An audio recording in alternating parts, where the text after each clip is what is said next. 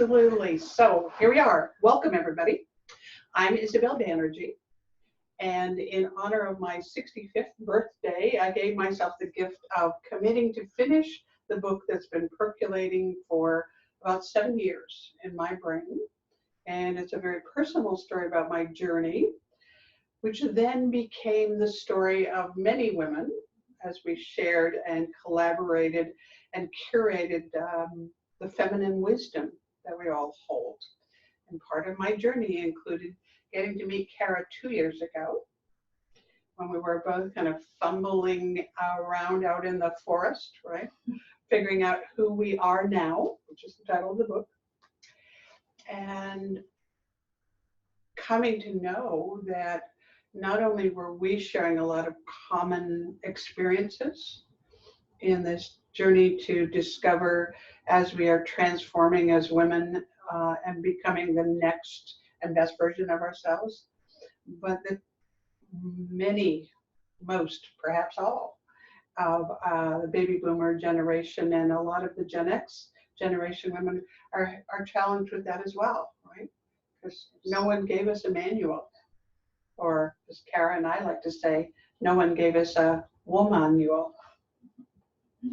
And I'm Kara Festa, and Isabel and I met each other a few years ago and have become great friends and writing partners. And as this book was getting close to launching, we were just talking about some of the experiences that Isabel shares in it and wanted to record this because we had this realization that even though we have, different backgrounds and different lives and, and even an age gap between us, we had some very similar experiences around changing identities. And so that was really the origin of this conversation, was just the connection between us and the changing identities and how that showed up for both of us. Yeah, that's a really important thing, I think, to bring out, is that as diverse as we are and our journeys in life, for where I grew up and my academic experience and careers and personal relationships, and we're so very, very different in all of those areas, right? Everything I think we have lined up is that we both have 2 biological children. And business owners. We're both business owners. Both business owners, that's true.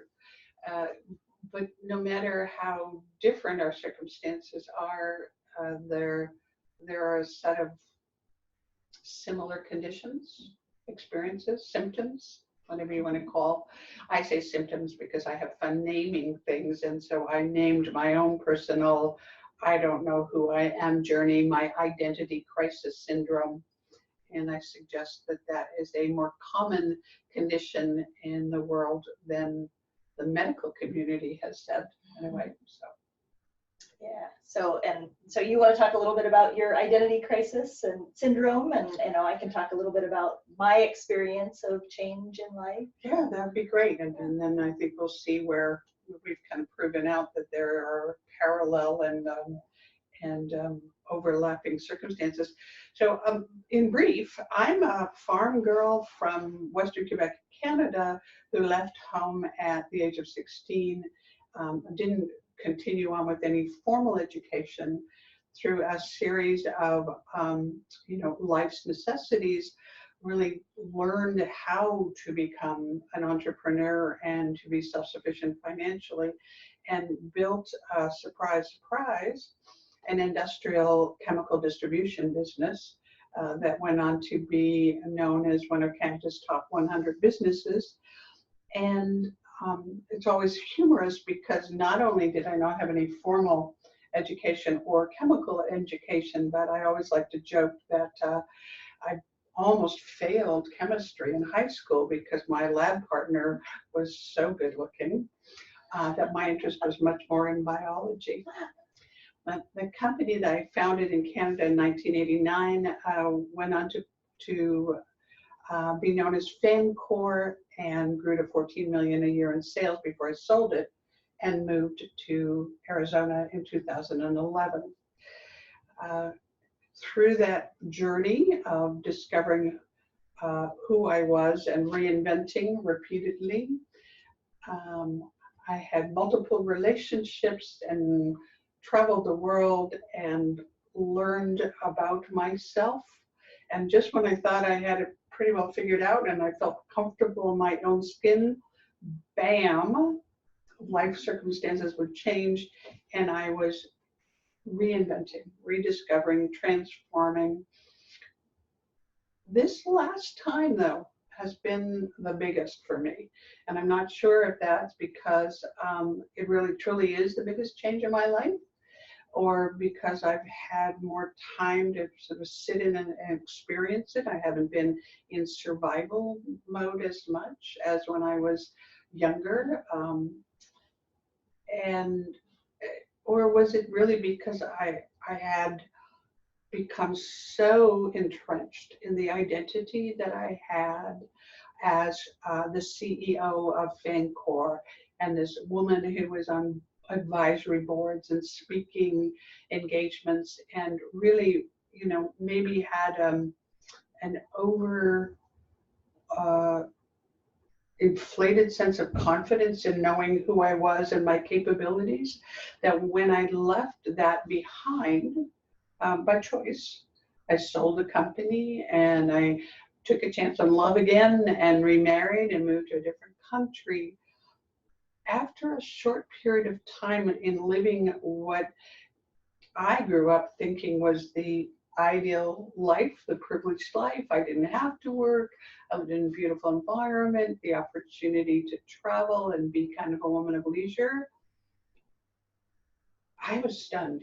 I was really stunned about how unhappy I was feeling internally and how ashamed I was of that, which then, of course, I was shooting on myself a lot by saying I should be grateful how privileged my life is and how lucky I am.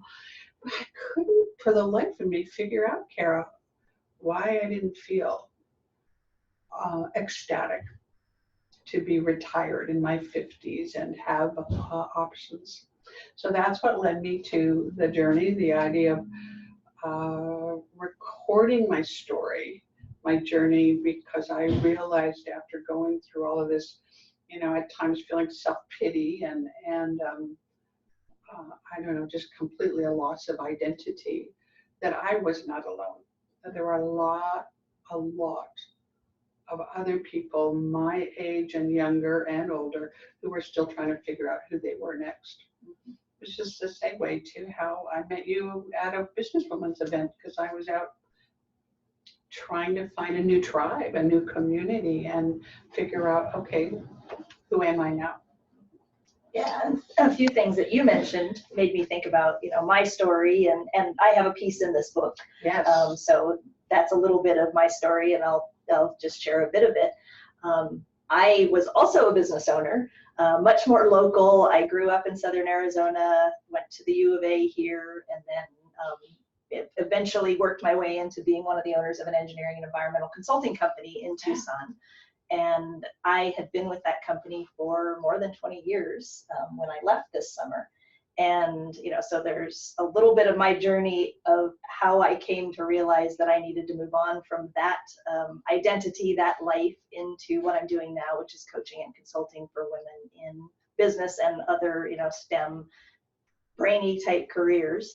And a big piece of that was, for me, realizing that I wasn't happy in what I was doing and trying to figure out why is that, because I had a great life, I had, a great family and a good career, and I made great money, and, and yet I sat there thinking like, I'm really unhappy and I don't understand why.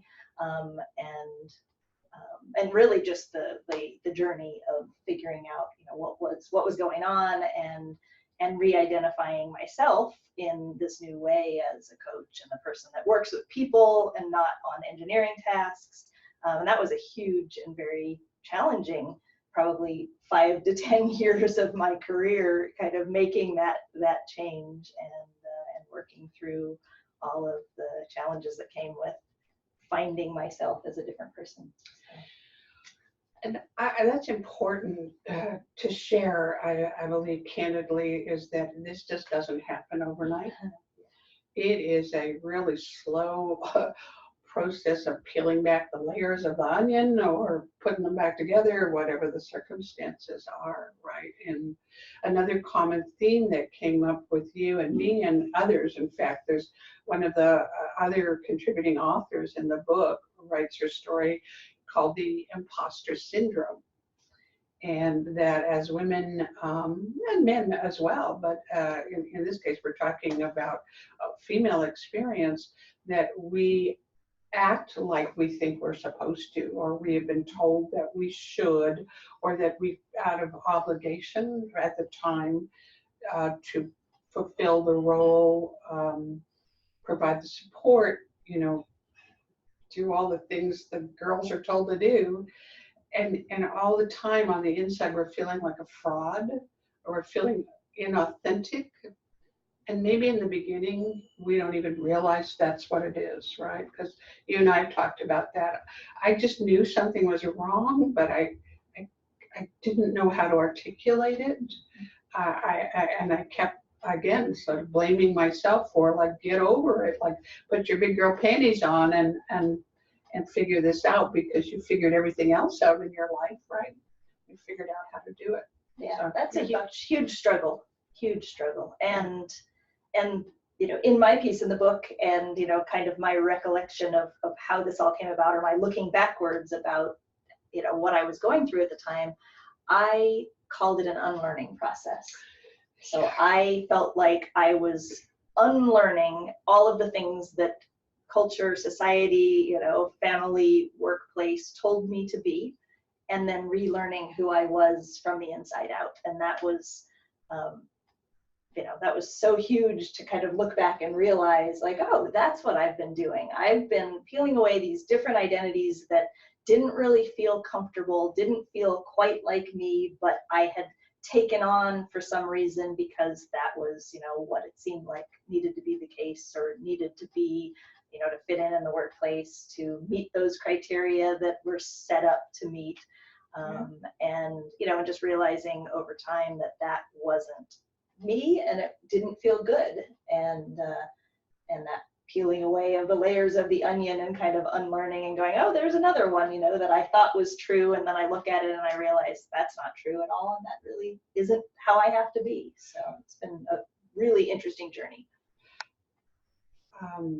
In our conversations about that, we've also come to realize that during, like, the unlearning piece is a big aha of allowing yourself to let go of what you've accepted to be the right thing to do. But the next part is then allowing yourself to grieve through that change.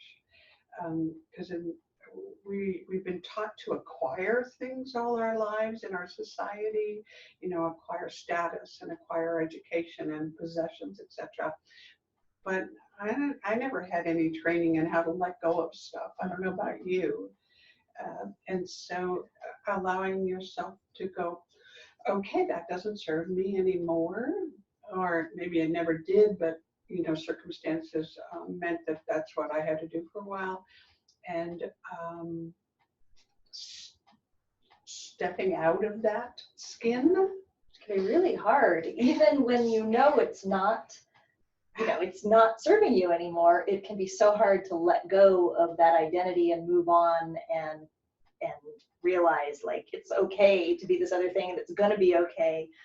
I definitely felt like there was a grieving process there, a letting go process that for me happened probably in the time that I was in my engineering business. And, kind of, I feel like I was hanging on like this and then letting go, one finger at a time till I was just hanging on by a pinky. And then I finally, decided to move on and let life be as it was. But it was really challenging to let go of that and leap into something new and different. That's where I think the need is for women to be able to talk and share sincerely, safely, candidly about this, because in that fear of letting go, that whether you're hanging on the edge by your nails, or I always get the image in my head of being on the trapeze, and knowing that I've got to let go of this bar and make sure I grab that bar. I feel like having you and the community of women that we're building is like knowing there's a net, there's a trampoline, and even if we don't make it on the first catch over there, there's somebody else who's going to make sure that we're not injured. We'll bounce back up and we get another shot at it. And besides, how much more fun would it be to have a whole cheerleading squad with you going, woohoo!